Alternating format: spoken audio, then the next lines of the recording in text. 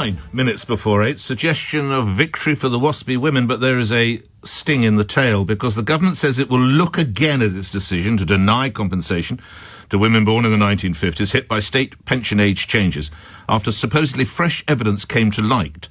Work and Pension Secretary Pat McFadden told MPs yesterday evidence from 2007 had emerged that was not shown to his predecessor, Liz Kendall, when she had rejected payouts for the so-called WASPy women earlier in this Parliament. So, are they going to get the money that they have been promised for years?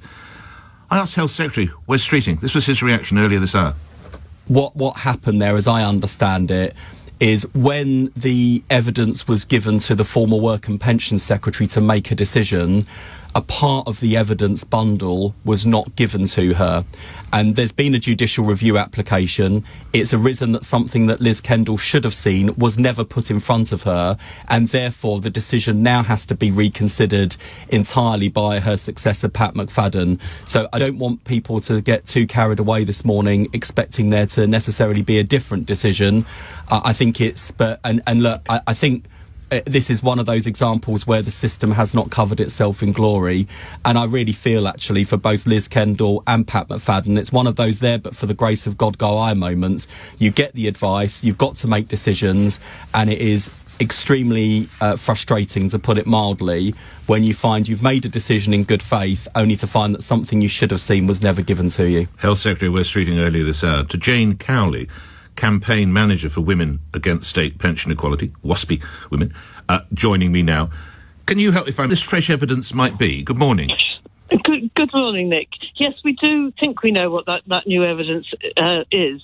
It's actually some research commissioned by the DWP itself in 2007, which showed completely the opposite of what the minister claimed when she made the decision statement. It showed that women do take notice of letters sent to them, would have read them, and would have actually acted on the information given in the letter. If you think back to what Liz Kendall said, she said that, women didn't take any notice of letters coming to them, and so it wouldn't have made any difference if the government had written to women. But this evidence actually directly contradicts that. Now, that's evidence that was produced within the DWP itself, and we can only wonder why that evidence wasn't presented to the minister at the time that the decision was made. How many women are we talking about, roughly, Jane? We're talking, it was 3.8 million women. It's now sadly reduced to 3.6 million women, because obviously we are of an age where, we're coming towards the later part of our life. Yeah. Typically, what sort of level of award are we talking about per recipient? Well, the Ombudsman recommended something up to just under £3,000 per recipient. And that's really where what the decision that the government decided not to implement. I mean, the government, the PHSO spent 6 years investigating this matter, and after 6 years of investigation, felt that recompense was due for the maladministration by the DWP. The government seems to have spent 6 months looking at it again without looking at all the evidence and decided they wouldn't pay out.